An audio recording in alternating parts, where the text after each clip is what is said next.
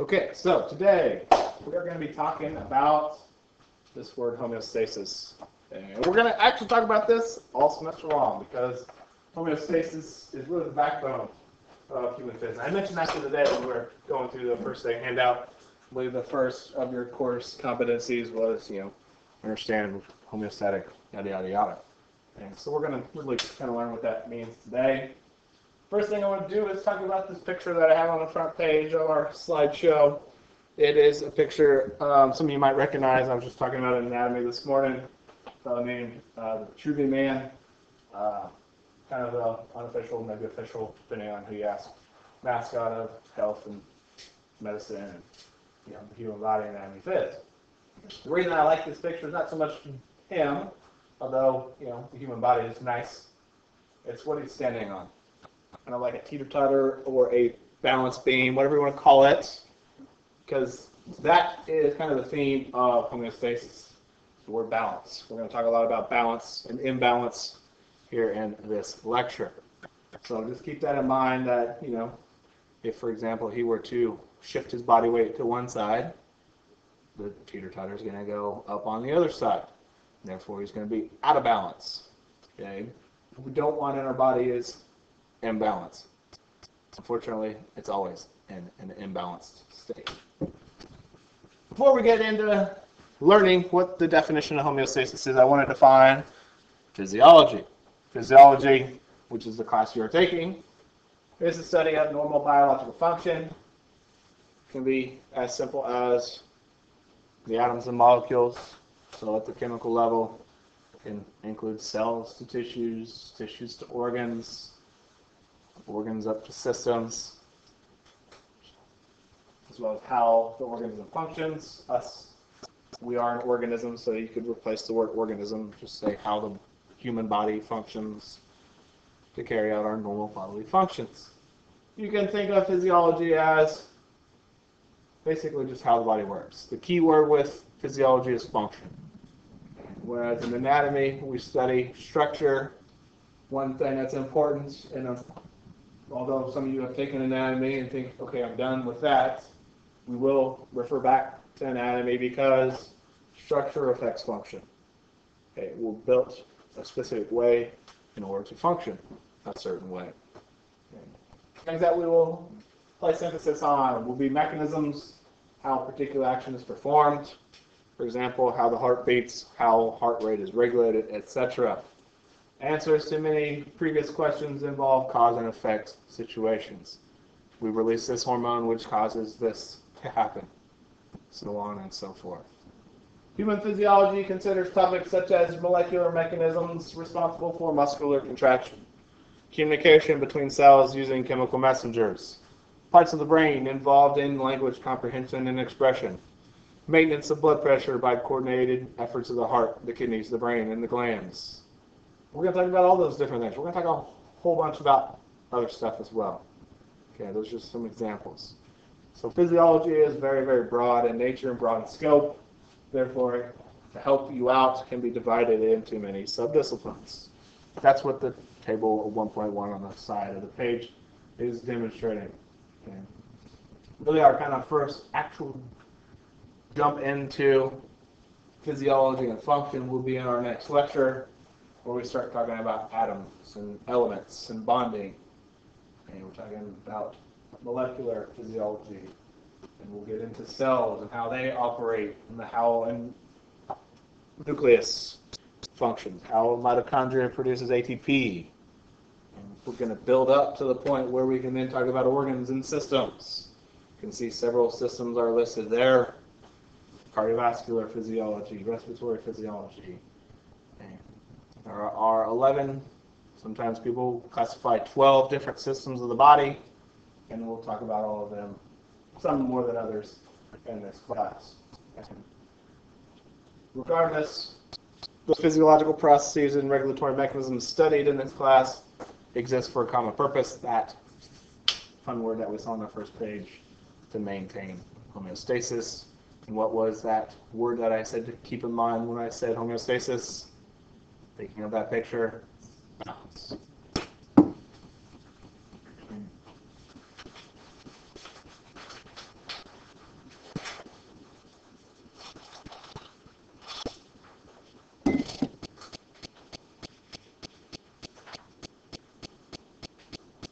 As you study physiology, your exploration of the human body will extend from atoms and molecules, like I was just talking about, to the whole person. From the smallest to the largest, 6 levels of organization will help you to understand how our body functions. Okay, this is, for many of you, a review from anatomy. I was just talking about this last hour with my anatomy class. The way that we're built is very simple at the very basic level, and then very complex as we grow in level. At the very basic level is the chemical level. Okay. This includes atoms, the smallest units of matter, participating in chemical reactions, which then can form into molecules, which are 2 or more atoms joined together. That's what we're going to talk about in our next lecture, which is the first part of chapter 2. Okay. Essential atoms for life include carbon, hydrogen, oxygen, and nitrogen, also phosphorus, calcium, and sulfur. Okay. I have always been told to remember it as John. Some of you probably have heard this in other classes. Those are the 4 principal elements found in all living things. Something like 96% of us is carbon, hydrogen, oxygen, nitrogen. And you can take, for example, hydrogen and oxygen, you can make water. And you can make glucose, C6H12O6, with 3 of those 4 things. And phosphorus, calcium, sulfur are also important in us. They're just not as prevalent. Okay, we'll also talk about some other elements, and we'll talk about atoms and their forms in our next lectures. Okay. Now, you can combine molecules to form larger units, which we call organelles. Organelles can be thought of as tiny organs found inside your cells, performing specific functions, just like the organs in your body perform specific functions. Your mitochondria, your ribosomes, the endoplasmic reticulum. We'll talk more about those next week. Cellular level is where you have cells formed by those organelles and molecules. Cells can be thought of as the basic structural and functional unit of an organism. Since we're an organism, we can think of a cell as the basic structural and functional unit of us. And these are the smallest units capable of performing all life processes. We'll talk about those life processes here, I think, on the next slide or two.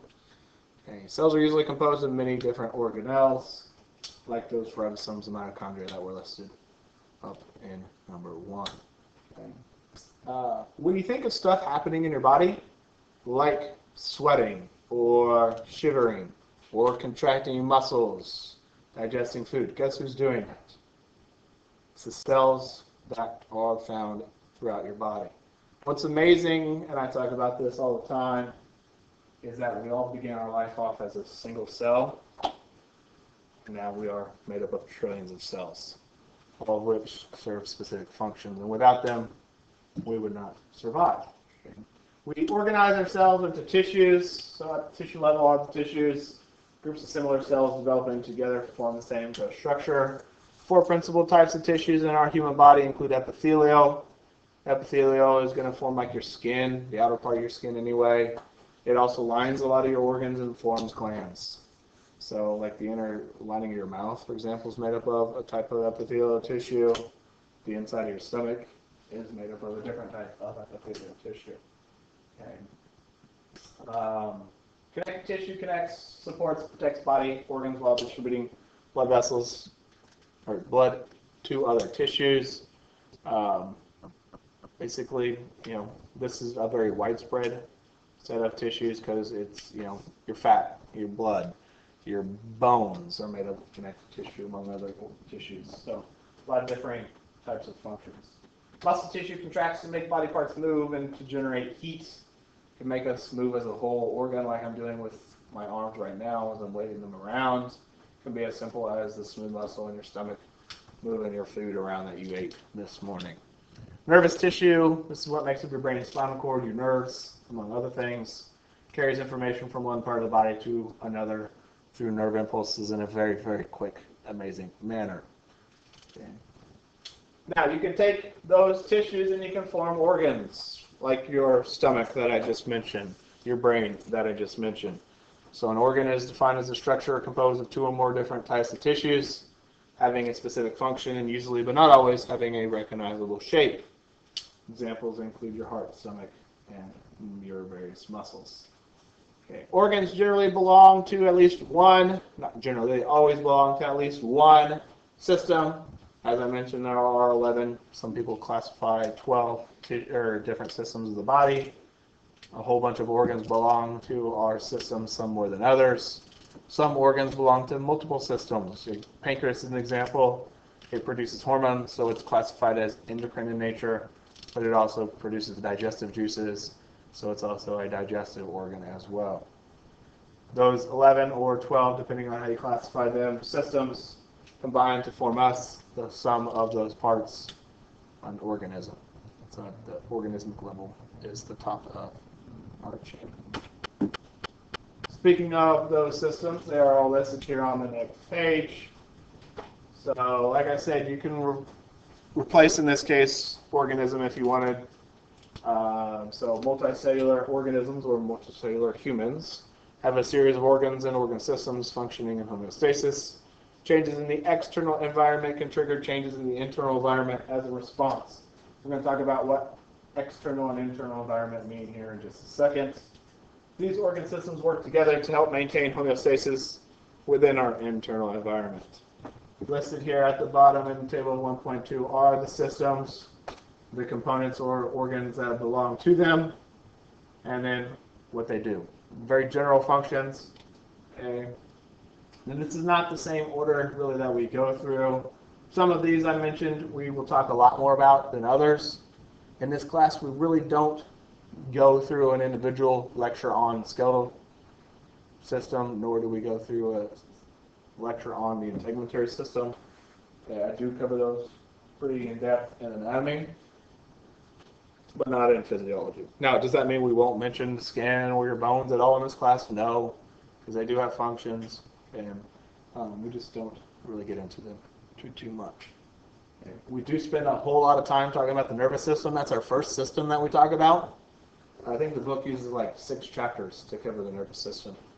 So it's very in-depth and very complex.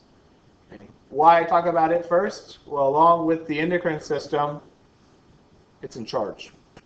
Okay. It controls all the other systems. So to me, it makes sense to talk about the bosses before everything else. Okay. So we'll talk nervous system. I think we have 4 lectures dedicated to the nervous system. There's a singular chapter in your book for the endocrine system, but we will cover that over probably 2 to 3 days. So that's a very long lecture. And those 2 systems are kind of considered the regulators, as I mentioned. And they do so differently. Your nervous system works with action potentials or nerve impulses. Your endocrine system works by hormones, okay, which are chemical messengers instead of electrical impulses, which is what your nervous system works with. After that, we get into the muscles and learn how muscle contractions work without signals from those nervous and endocrine systems. Muscles will not contract. So that's kind of why I wait to talk about that. After that, we get into the cardiovascular system, talking about how blood pumps through our heart, out of our heart, into our blood vessels.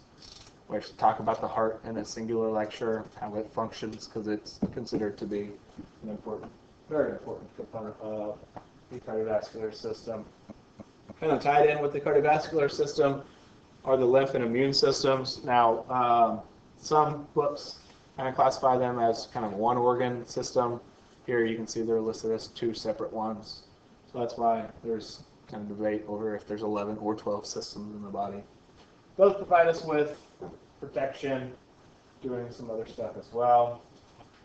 Respiratory provides us with oxygen, removes carbon dioxide, which is a waste product that we produce. Digestive system, we bring in food, steal the nutrients from that food, remove the waste. Urinary system, we filter our blood, remove the waste instead of pooping it out, which is what the digestive system does. We pee it out. And then the reproductive systems, and I'm going to say it's systems with an S at the end because you've got male and you've got female. And those are 2 very different systems functioning 2 different ways. Men, we really are pretty simple. Produce sperm, release the sperm. Women, you are a lot more complex in a great way. I speak on behalf of my wife. I'm going to say how amazing she is because not only was she able to develop eggs, grow a baby, release the baby and give birth. So we'll get into all that stuff throughout this semester. Sounds fun, right? One thing that is very amazing about those 11 or 12 systems, depending on how you classify them, is how intertwined they are. Key theme in this class is this concept of integration. Integration is defined as a process by which several components work together for a common unified purpose. Okay, so it's collective parts working together, all going in the same direction. So it's a team. Okay. So our body, therefore, is much more than just some of its parts. It's a result of integrated activities between components at essentially all levels of organization. Down at the bottom here, this is a figure you won't find in this textbook. I actually snagged it from a different textbook. Kind of an old figure. But we have kind of in these boxes the different systems kind of identified, kind of where they're at in the body. This is really a great representation anatomically of their location. That's okay, that's not the important part. What is important is the arrows and the lines connecting those systems. What do we think those lines and arrows represent?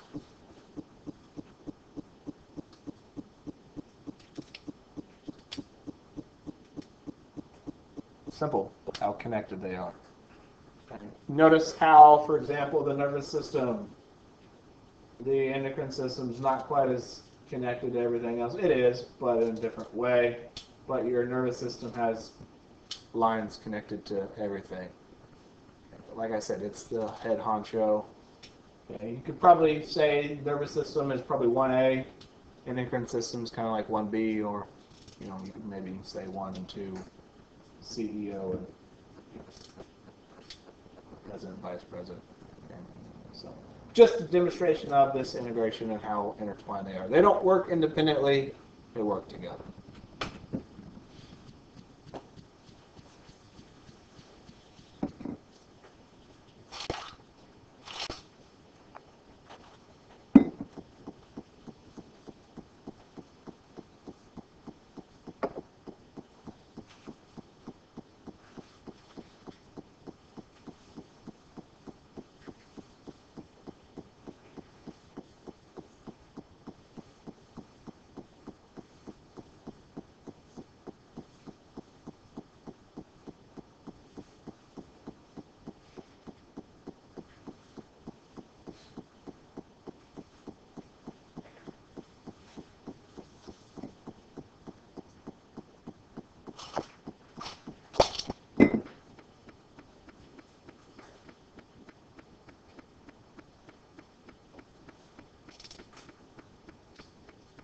A couple slides ago, I mentioned that cells are the most simple structural function units of life.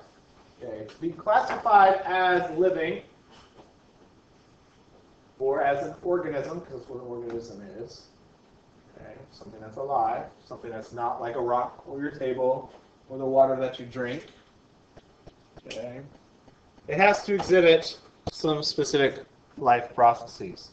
These are those very simple but important life processes. We exhibit these as a whole organism. We also exhibit these at the very basic cellular level. Okay, so we as a total body human and as each one of our cells exhibit metabolism, responsiveness, movement, growth, reproduction, and differentiation.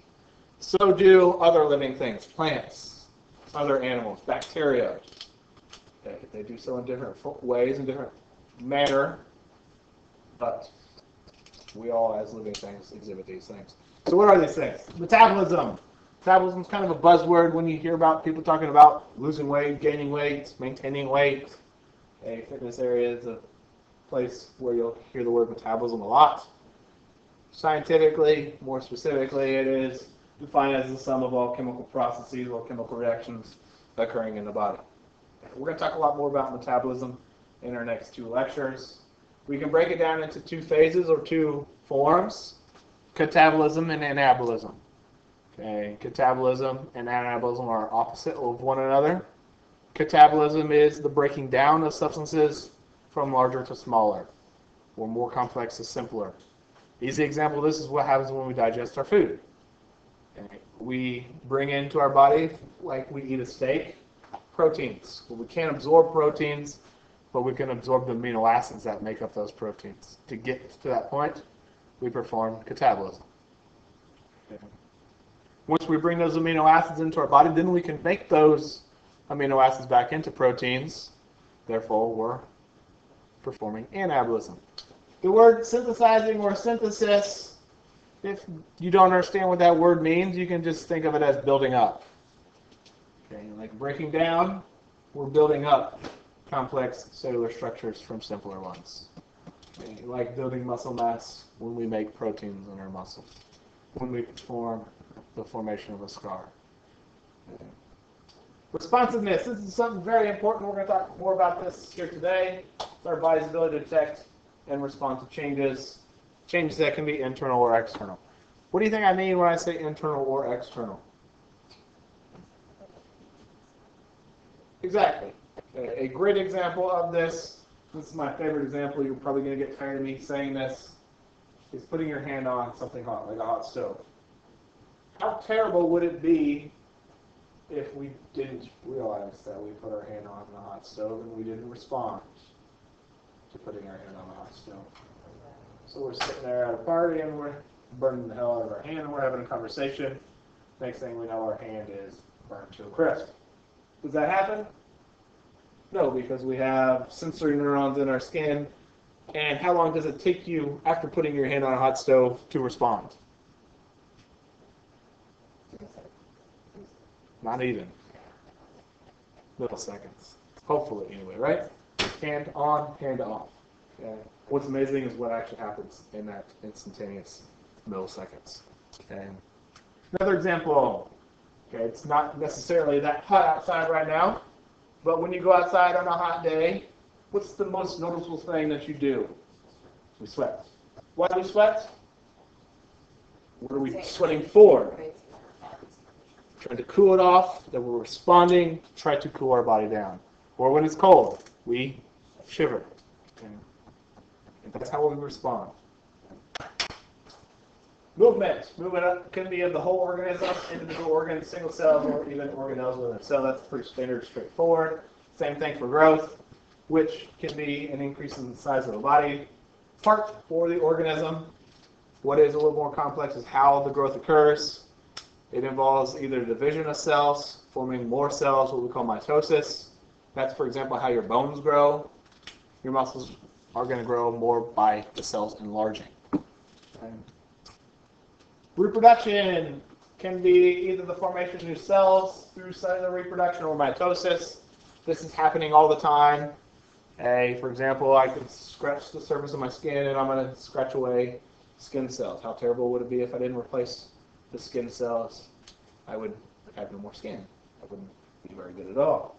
Okay. This is important for tissue growth, repair, or replacement, or more kind of what people think of when they think of reproduction. It can be production of a new baby. Now, how often do people reproduce the new baby in their life? Me, I can say 2, okay, so far. Okay, some people none. Some people 10, 15. Some people way more than they should. Okay. So, sexual organismic reproduction is a lot more complex and a lot less often than cellular reproduction. Both are occurring now. So we're all built, at least capable of performing. Differentiation is a change that a cell undergoes to develop from an unspecialized cell to a specialized cell. This is where a stem cell can become a functioning normal type of cell. You hear a lot about stem cell research. Okay? People are for and against stem cell research. Okay? What they're talking about in that case are embryonic stem cells, the stem cells that you get from an unborn and very early in development embryo shortly after conception occurs. And those cells, embryonic stem cells, are like the ultimate blank slate, and they can develop into any type of cell. What we have in our bodies as adults are adult stem cells. Okay, they're a little more specific in what they become. But they are also important and can differentiate. What's very important is that when any one of these life processes ceases to occur properly, result can be death of cells and tissues, which could lead to death of organs, which could shut down systems, which could then therefore lead to the death of the organism. Obviously, that's not what we want, which means that we are completely in an imbalanced homeostasis state. Speaking of homeostasis, let's finally learn what that word means.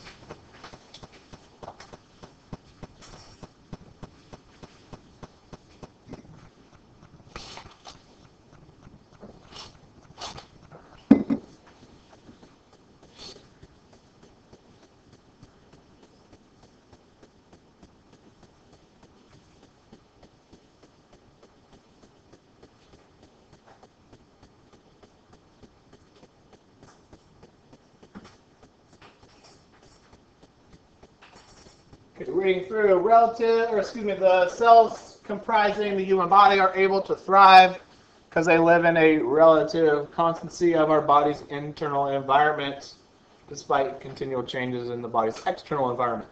So we've heard internal environment, external environment so far today. What do I mean when I say internal and external environments? Internal is in and external is out. It's as simple as that. So, inside the body versus outside the body. Okay, think of walking outside, for example, when it's hot outside.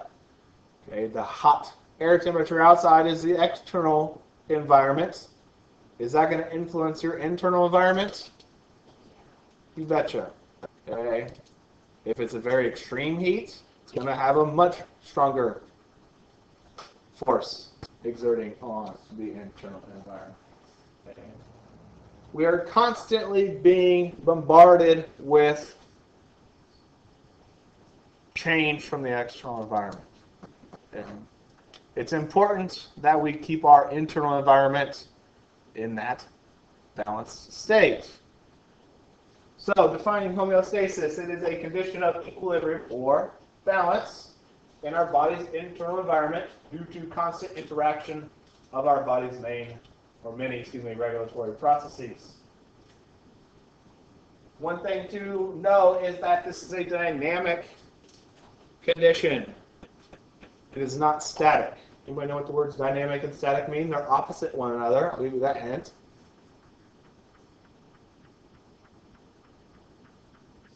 Stationary. Static means stationary, which means dynamic means not stationary.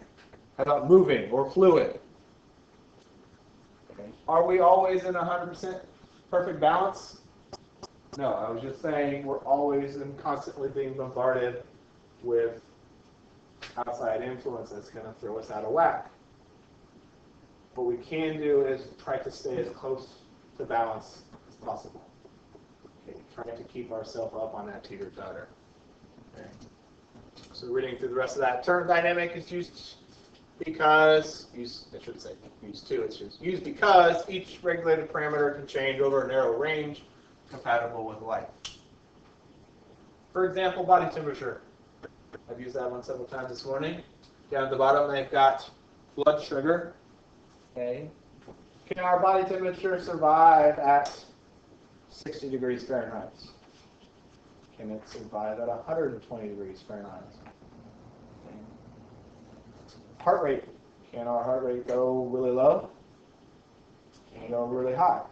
Some of our controlled conditions, as we like to call them, have a lot more variability that they are possible or can attain. Body temperature is not one of those. 3, 4, 5 degrees above or below 98.6 degrees or 37 C, we're in trouble. The heart rate right now, probably somewhere around 70. You guys could probably get your heart rate around 200 without any trouble. So some conditions, a lot of variability. Some, very little. We call those narrow limits. Okay. What we always want for these control conditions is to maintain around a set point, or as close to it as possible. I use 98.6 degrees Fahrenheit 37°C for temperature. That's what we like it to be. But what happens when you go outside and it's hot? It's going to go up. And then you start to sweat. And then what's going to happen? It's going to go down. So you're going to see this fluctuation. Okay, you can see this with the image at the bottom for blood sugar or blood glucose. Same thing. We eat a meal, blood sugar is going to go up. We go a few hours, we haven't eaten anything, it's going to go down. Eat again, up, down, up, down, up, down. What we're seeing is that it's not the same, but it has an average. What we call that is the set point. Average value of a given condition. Set point can also be described as a narrow range within which a controlled variable should be maintained. Does that make sense?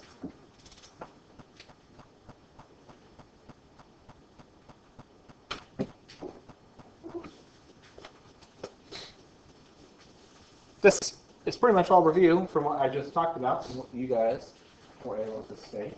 I think we skipped one. Yeah. Is there one? There should be another internal control. Yeah. Oh wait, are those the exact? Yeah, I might have just forgot to delete the slide. So yeah, Oh, just it's a big dead one. Yeah. okay. Yeah, just cross it off or whatever. Sometimes I make tweaks and then I forget to delete a slide or two. Sorry about that.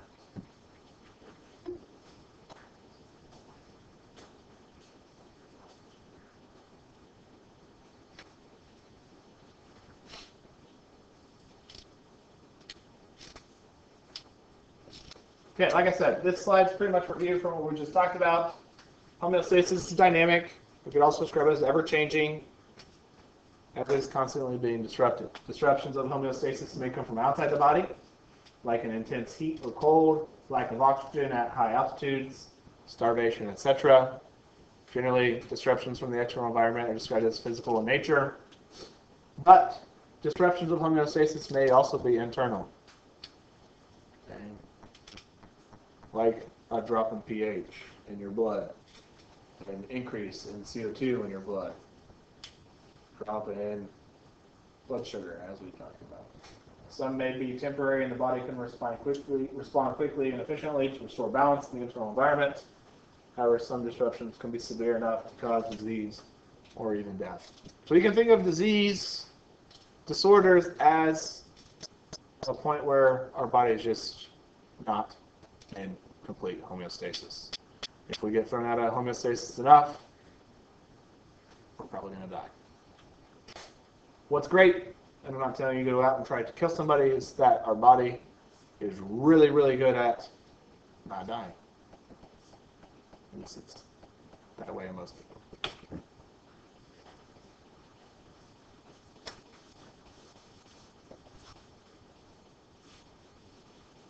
I mentioned earlier the importance and the way that the endocrine system and the nervous system run the whole body.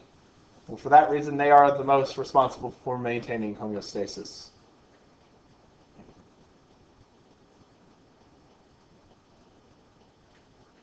The nervous system operates and regulates homeostasis by utilizing electrical signals called nerve impulses or action potentials to organs that can counteract changes from the balanced state. The nervous system will depend on sensors in the skin or sensory organs to receive stimuli and then transmit signals to the spinal cord or the brain. Sensory input is processed and a signal is sent to an effector system, such as muscles or glands, that will then bring about a change or response to the stimulus. Endocrine system is the other type of homeostatic control system. This involves chemical components, chemicals called hormones. We still have sensors that detect changes. They then send a signal or message to an endocrine effector. The response is the release of a chemical in the form of a hormone, which then travels through our bloodstream and then produces a response. Okay. Some reflexes have a combination of nervous and endocrine responses. Nerve impulses typically cause rapid changes. Hormones are much generally slower to act. They describe the relationship as like sending a text message, which is almost instantaneous. That's how the nervous system works. versus writing a letter and then sending it in the mail, which is more how hormones work, which is how your endocrine system works.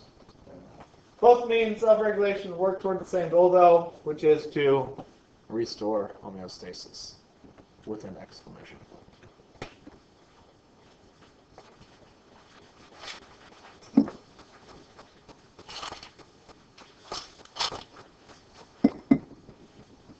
We'll talk more about fluids in our next couple lectures and then the rest of the semester.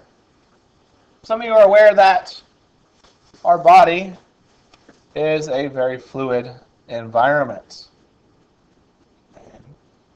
Inside ourselves, outside ourselves, between ourselves, we have fluids.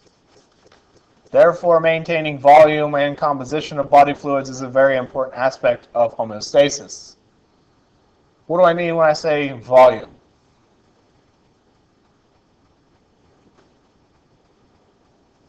Anybody have a guess? What does volume mean? Yes. The word amount is a good way to describe volume. How much fluid we have. Okay. If we don't drink water for several days, we're in trouble, right? Okay, because the volume of fluids in our body is going to go down drastically. You can notice a hangover when you are dehydrated after a night of partying because your volume of water is down. Think about what happens after several days of no water. What do I mean by composition? Exactly. What's in the fluid? It's not just water, it's other stuff. And we're going to learn about those other stuffs later. Body fluids are defined as dilute, watery solutions containing dissolved chemicals inside or outside of cells. If it's within the cells, we call it intracellular fluid, or ICF. The prefix intra means within. Extra means outside.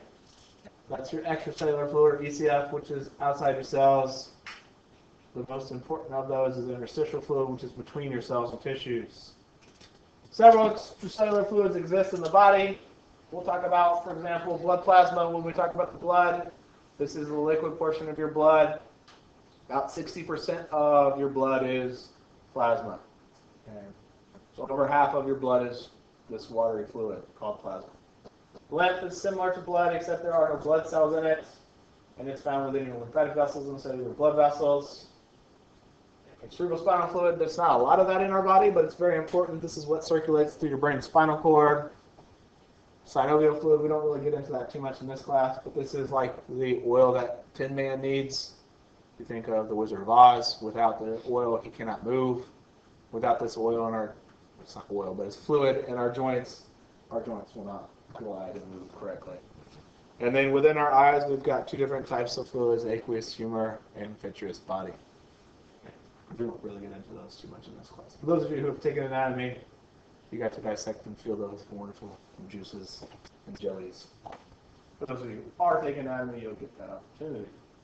Because it is present around all the cells in the body, interstitial fluid is sometimes referred to as our body's internal environment.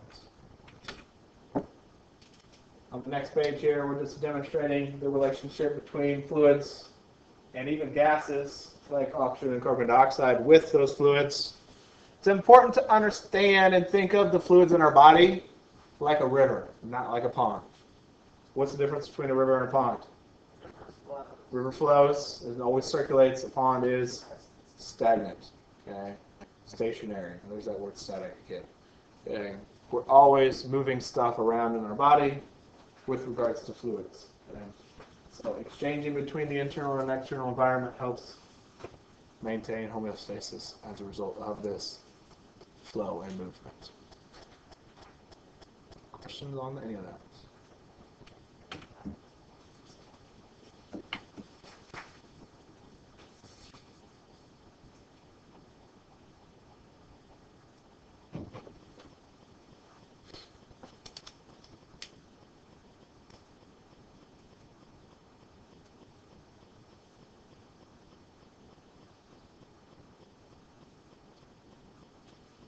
One thing we are going to talk a lot about this semester are these concepts of feedback systems or feedback loops. This is how our body performs and maintains homeostasis. So reading through a feedback system or feedback loop is a cycle of events in which our status of a body condition is monitored, evaluated, changed, remonitored, reevaluated, so on and so forth. Because we're always needing to tweak changes, since we are always undergoing changes. Each monitored variable in our body is called a controlled condition. I've listed off several controlled conditions today. Heart rate, your body temperature, your blood pH, your blood CO2. Anyway, think of any other controlled conditions.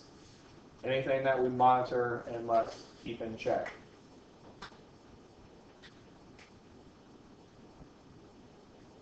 Whole lot of them. Blood sugar, blood pressure,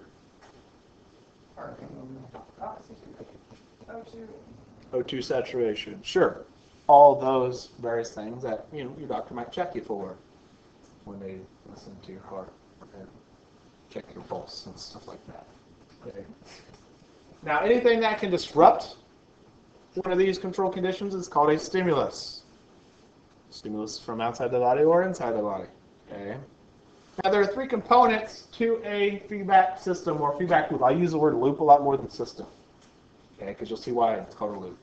You have receptors. Receptors are also known as sensors, and these are the things that detect a change. Okay. These are cells, often neurons, which are the nerve cells of our body, or they can be gland cells. Most often they're going to be a neuron. They respond to a specific stimulus by initiating input in the form of a nerve impulse or chemical signal. Okay. When we put our hand on that hot stove, what is initially detecting how are these sensors or receptors in our skin? They transmit the input signal towards our brain and spinal cord. Generally, the brain, because that's generally our control or integrating center. Okay. This is, like I said, often but not always a particular part of the brain which sets the range of values within which a control condition should be maintained. It receives that input and decides what to do with it. Okay. Decides, okay, ouch, let me get my hand off that hot stove. Okay. Does it cause the change? Does it produce the response? No, it interprets and decides what to do. It's kind of like the boss, and then the boss tells the underlings what to do. Okay. It sends out output signals the effectors to evoke a change. These output signals are going to be in the form of a nerve impulse, a hormone released, or some other form of chemical signal. Okay. And they are going to be transmitted to the effectors, which are generally going to be muscles or glands. Now, we've got several different types of muscles. Could be skeletal muscle, could be cardiac muscle, could be smooth muscle. Nearly every organ, though, can be considered an effector, depending on the situation. These are the things that produce the response. When I remove my hand from that hot stove, how am I getting that hand off the hot stove? I'm contracting my muscles in my arm. When I walk outside and I'm cold and I shiver, what's shivering? My skeletal muscles. When I'm outside and I'm hot and I start to sweat, where does that sweat come from? Sweat. Glands. Good. Okay. They are the response. Okay.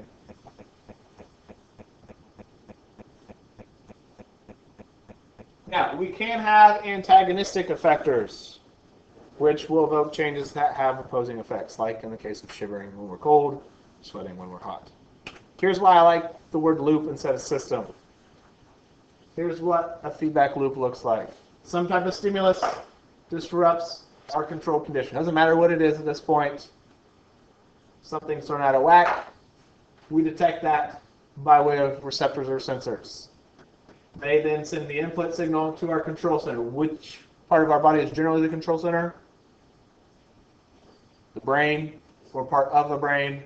Brain interprets that, says, hey, I'm hot. Let's start sweating. Okay, it sends a signal out. So that's the output signal to the effectors. The effectors in that case, when we're hot, we sweat, would be the glands, and then the sweat glands. Our body temperature drops, and that's our response. And once we've solved the problem, we can send a signal back to the controlled condition, or if the controlled condition's fixed, our our receptors are no longer stimulated, and the feedback loop would shut off. What's that? So when you get hot, you start sweating, right? Do you continue to sweat when your body temperature returns to normal? Exactly. You said it always keeps going. You're always monitoring it, and you can flip that switch on at all times. Kind of like in your house where you have a thermostat, and you set it to 70 degrees, and it's hotter than that, so the air conditioner kicks on. When it returns back to 70 degrees, does your air conditioner keep running? No. What I just described was negative feedback, where we go up and then we go back down as a response. Negative feedback systems are considered to be inhibitory. They oppose a change. Body temperature goes up, we respond by going in the opposite direction. We're inhibiting what's happening. These are more often what occur in our body. These are the most common type of feedback loop. Okay? This is important because it keeps variables from straying too far outside their normal ranges. Like what we see over here with blood pressure. Blood pressure has gone up. We respond as a result with signals that cause it to go down. Okay? And that allows us to return to homeostasis. Notice the negative symbol here is referring to the inhibitory or opposing nature. So what do you think positive feedback loops do? They don't oppose, but they stimulate or amplify.